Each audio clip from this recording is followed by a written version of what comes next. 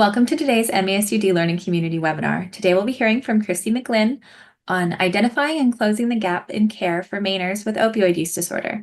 My name is Bethany with CCSME and I'll be supporting today's webinar. Just a few quick notes before we begin. First, neither the presenters nor the planners have any relevant financial relationships to disclose. This activity has been planned and implemented in accordance with accreditation requirements and policies of the ACCME through a joint providership of the Hanley Center for Health Leadership and Education and CCSME. The Hanley Center is accredited by the MMA Committee on Continuing Medical Education and Accreditation to provide CME for physicians. The Hanley Center has designated this activity for one AMA PRA Category 1 credit. The opinions expressed by the speaker in this webinar are their own and do not represent the position of the state of Maine or CCSME. Recording and live stream transmission of this webinar without consent is not permitted. Now I'd like to give a quick introduction to our speaker today. Christy McGlynn joined the Maine Medical Association Center for Quality Improvement as a project manager with the 1,000 Lives campaign in January 2025. After changing her career from medical assistant to office manager, she continued her education and obtained her MBA in 2018 and followed her passion of working with people in recovery at an outpatient opioid addiction recovery company as a regional director. And with that, I will hand it off to Christy for our presentation. Thank you all for being here today. Thank you very much for that introduction, Bethany. Thanks for having me. I'm going to start by sharing my presentation. Again, my name's Christy McGlynn. I'm the project manager for the 1,000 Lives campaign. This campaign is managed by the Maine Medical Association with the Center for Quality Improvement. And today, like Bethany said, today we're going to talk about identifying and closing gaps in care for Mainers with opioid use disorder. After this presentation, you'll be able to identify evidence-based intervention for OUD treatment, tailor OUD treatment approaches for diverse healthcare settings, and promote cross-sector collaboration to enhance OUD care and support. What is the 1,000 Lives campaign? Well, we are a provider-led campaign of Maine providers and healthcare organizations in partnership with other efforts and stakeholders to reduce projected OUD-related deaths by 1,000 over 5 years. We do this through systematic implements, primary care practices, surgical specialties, correctional facilities, dental offices, and many other specialties. The specific interventions are tailored to the type of care setting, so they will vary somewhat from one type of care setting to another. Here's a brief update on what the 1,000 Lives campaign has been able to accomplish in our first year. Almost every major healthcare organization and provider association in Maine, including the Maine Hospital Association, has joined the campaign. MMA has also received 2 years of funding from opioid settlement dollars awarded by the Maine Attorney General to support the role of a full-time project manager for the next 2 years, which is my position. Additionally, the campaign recently completed the first ever nationwide survey of opioid use disorder care in all emergency department and hospitals in Maine. Now, before we get into the survey, I would like to talk a little about the supportive organizations for the campaign and discuss the definitions of addiction. We report to Maine legislature every year, and when we submit our progress, we also submit all of the organizations that support the 1,000 Lives campaign. These are currently the organizations participating in the 1,000 Lives campaign that were included in our 2024 annual report to Maine legislature. Here's a link and a QR code if you and/or your company would like to be a part of the campaign. These are the current organizations participating in the 1,000 Lives campaign support as of today for the year of 2025. We will be reporting to legislature at the end of this year, and all organizations for this year will be also included in the report. The formal definition of addiction: a compulsive, chronic, physiological, and psychological need for a habit-forming substance, behavior, or activity having harmful physical or psychological or social effect of typically causing well-defined symptoms upon withdrawal or absence. Here is a list of substance and behaviors that people can be addicted to. When looking at these lists, I would challenge you to identify one or two that you may engage in on a regular basis. Have you ever tried to cut down or quit one of these? Some of these things are very common that people try to quit, but doesn't have high stigma, such as like nicotine and caffeine, because there's a lot of support. You're not looked down upon because you're trying to quit. There is even a lot of people that understand the struggle of quitting with these things such as nicotine and caffeine. When you're trying to cut down or quit one of these substances or behaviors, you have that voice in your head and that strong physical presence stating that it's okay, just one more. One more is not going to hurt. There are so many things that you tell yourself it's okay to start maybe tomorrow or to maybe just take this day off. These are the things that people go through when they say they're trying to stop substances use as well. They are hearing the same voices and the same physical urges to maybe try again tomorrow. Here is the addiction definition according to DSM-5. Addiction, also known as substance use disorder, is defined as a persistent and recurrent pattern of substance use that leads to clinically significant impairment or distress, as manifested by at least two or more of the following criteria within a 12-month period. There's impaired control, taking the substance in larger amounts or for longer than intended, craving or intense urge to use the substance, repeated unsuccessful efforts to reduce or stop use, spending a significant amount of time obtaining use or recovering from substance use.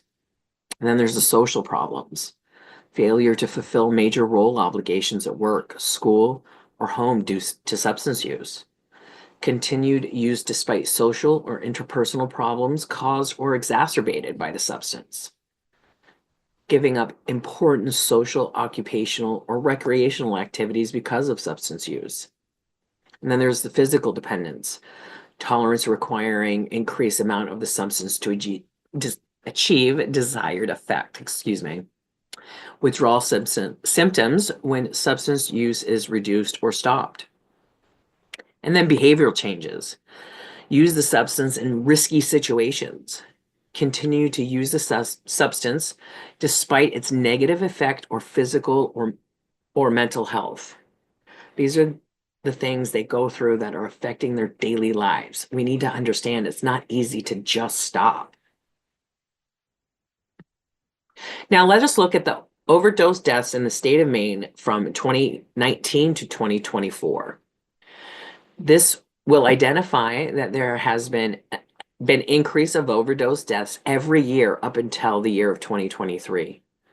We should be proud of what our community has been able to accomplish in the year 2023. We had a 16% decrease in overdose deaths that year. And this campaign started in January of 2024.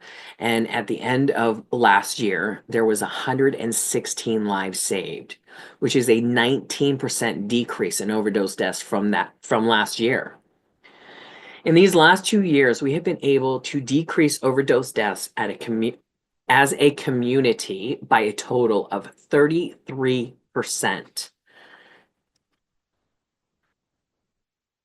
And the average life expectancy for someone is 79 years of age. And unfortunately, average age of overdose deaths is 41 years of age. That is a total of 48 years difference. So with the 116 lives that were saved last year, we have added 4,408 years of lives to the future of Maine. Now, these are amazing numbers, and we really couldn't do it without the people and organizations who really understand that every life really does matter. The 1,000 Lives Campaign Survey. Now, the survey was administered by the Maine Medical Association Center for Quality Improvement, and supported by the Maine Hospital Association. Now, the survey details. We did distribute this survey in October of 2024 to all hospitals and CEOs. All responses were collected by December of 2024. And the content of these surveys was sent to the emergency department OUD care. We sent 5 questions assessing whether EDs are implementing key strategies identified by the campaign to reduce the risk of death from OUD from patients seeking care. Inpatient OUD care, 5 questions evaluating whether hospital inpatient treatment teams are following 5 key strategies to reduce the risk of death from OUD. We ended up getting 100% participation in the survey with every single hospital in the state of Maine. That just speaks volumes on how we all really want to make a difference in our community that we call Maine. Let us review the 5 results of the questions that were sent regarding the hospital ED survey. Does your ED initiate buprenorphine treatment for OUD patients? 26 stated yes, and 6 stated sometimes. Are patients discharged with a 7 to 14-day buprenorphine prescription?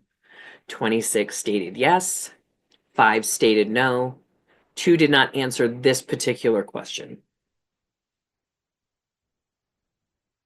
Are patients discharged with a follow-up appointment or contact information for a community-based buprenorphine provider? We did get 100% participation. That yes, they all send out contact information to these patients. Have you given your staff in the ED anti-stigma, anti-bias training regarding patients with OUD?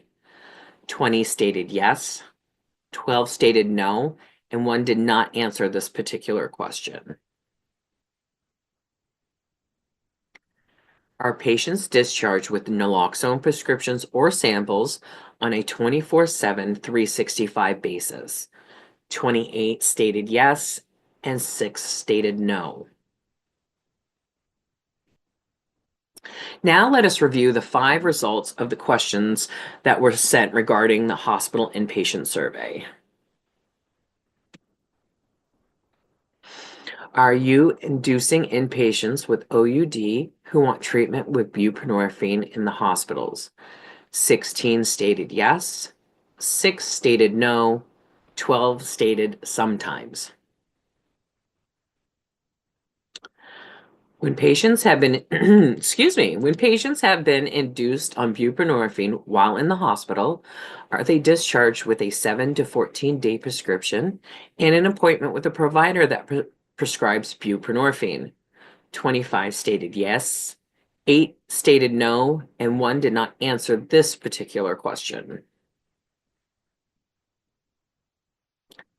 When discharged from the hospital with a follow-up appointment with a community-based provider of buprenorphine or names of such provider who are taking patients. 29 stated yes, 4 stated no, and 1 didn't answer this particular question. Have you ever given your inpatient hospital staff anti-stigma, anti-bias training regarding patients with OUD? 12 stated yes, 21 stated no, 1 didn't answer this particular question. When discharging patients with OUD from the hospital, is it with naloxone prescription or samples on a 24/7, 365 basis? 21 stated yes, 9 stated no, 1 stated sometimes, and 3 didn't answer this particular question. Now, these surveys were just a touch base on what is going on in the hospitals today.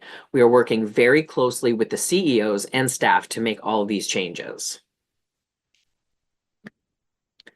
The leading cause of death in US and Maine in overdoses. OD deaths rank about 7th as the most common cause of death in the US, just behind diabetes. In Maine, 409 deaths in 2024 versus 171 for motor vehicle crash. We're about the 6th leading cause of death in Maine. It is the most common cause of death for Mainers under the age of 50, as well as the largest cause of preventable life years lost in Maine. Average age of death from OD is 41 years of age. Patients with opioid use disorder face mortality rates comparable to those of heart attacks, underscoring the urgent need for accessible, evidence-based treatment in primary care setting. For hospitals and emergency departments not offering buprenorphine treatment 24/7, 365. This is as though you were treating some patients with acute heart attack in the ED, but not treating others patients with acute heart attacks in your ED. Same for inpatient, as those you admit some patients with heart attacks and treat, but admit other patients with heart attacks and don't treat them. There's really no indefensible double Really now, an indefensible double standard of care for patients with life-threatening conditions of opioid use disorder.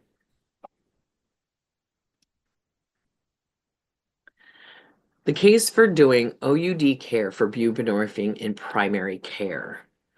Substance use disorder is a routine part of primary care. Integrating OUD treatment into primary care ensures patients receive comprehensive care that addresses both their addiction and other essential health needs. We need primary care access to buprenorphine for OUD to help shift stable patients from specialty addiction clinics, alleviating their burden. With the high demand for OUD treatment in Maine, relying solely on addiction medicine practices is not a sustainable solution. We need to follow up. We need follow-up access for OUD patients from hospitals and EDs. Hospital and emergency department induction on buprenorphine, most of the barriers are now gone. And this is something that a lot of people are not aware of. So I'm just going to go through this little list of things that are no longer barriers and where we can help. There is the lack of evidence base that this is life-saving care that is gone. Lack of clinical protocol and workflows that can be shared are gone. Need for an X waiver to prescribe buprenorphine, that's gone. Lack of follow-up rapidly available OUD buprenorphine prescribers, that's gone. Lack of standard of care, that is gone. Lack of help for your hospital or your EDs to implement, that's where we can come in and help with everything. And that's from just induction, stigma training, everything. Our goals for 2025 for the Thousand Lives campaign is closing the gaps in ED and hospital cares in Maine. Emergency departments we're trying to close the gap in EDs and hospitals in Maine, excuse me. Emergency departments all doing 24/7, 365 induction and follow-up scripts and referrals by January of this year. Hospital inpatient care and doing 24/7, 365 inpatient inductions, follow-up scripts, and referrals by December of 2025. And that is the end of my presentation. And here is Dr. Eric Steele's information at eric.steele@martinspoint.org. If you have any questions for him, he is the campaign chair. And here's my information, Christy McGlynn, the project manager, and that is my email, cmcglynn@mmacqi.org, and my phone number is 207-287-0287. Thank you so much, Christy. So one of the questions, what is the goal for the by the end of year 2026? So, as we're closing the gaps in emergency departments and in hospitals, we're currently now starting to talk about bridging the gaps with primary care, as in my presentation. There's a lot of room to be able to move. There's a lot of room to be able to move stable patients or people with substance use disorder into primary care where they can take care of them, which alleviates more rooms and availability in substance use programs. So all of 2026 is really reaching out to every single primary care provider, every single primary care office, and seeing what we can do to help them get off the ground, like stigma training, inductions if needed,